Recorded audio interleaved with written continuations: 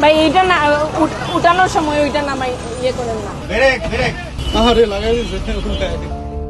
Pink বাস চালুর পর ইতিবাচক সাড়া ফেলেছে সবখানে। নারীদের জন্য নিরাপদ যাতায়াত নিশ্চিত করতে নেওয়া এই উদ্যোগকে স্বাগত জানিয়েছে সাধারণ যাত্রীরা। তবে চালুর প্রথম দিনই রাজধানী জুড়ে শুরু হয়েছে ব্যাপক আলোচনা। নারীদের নিরাপদ ও স্বাচ্ছন্দ্যপূর্ণ যাতায়াত নিশ্চিত করার লক্ষ্য নিয়ে এ উদ্যোগ নেওয়া হলেও প্রথম দিনের কয়েকটি ঘটনায় প্রশ্ন উঠেছে বাস চালকদের দক্ষতা নিয়ে।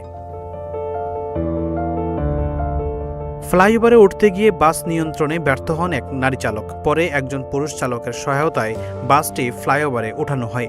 ঘটনাটির ভিডিও ছড়িয়ে পড়লে সামাজিক যোগাযোগ মাধ্যমেও শুরু হয় নানা আলোচনা।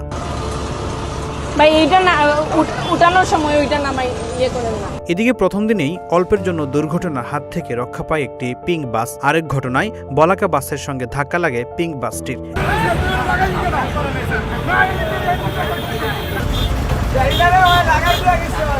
এসব ঘটনায় নারীদের জন্য বিশেষ এই বাস সেবায় নিরাপত্তা ও চালকদের প্রশিক্ষণ নিয়ে প্রশ্ন তুলেছেন অনেকে। তবে চালকটির উদ্যোগ নিয়ে ইতিবাচক প্রতিক্রিয়াও রয়েছে।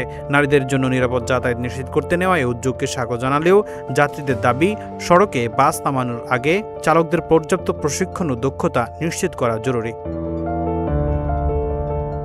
প্রথম দিনের একের পর এক ঘটনায় তাই পিঙ্ক বাস এখন আলোচনার কেন্দ্রবিন্দু। নিরাপদ যাতায়াতের লক্ষ্য নিয়ে শুরু হওয়া এই উদ্যোগ কতটা সফল হবে তা নির্ভর করবে সেবার মান, নিরাপত্তা ও চালকদের দক্ষতার উপর।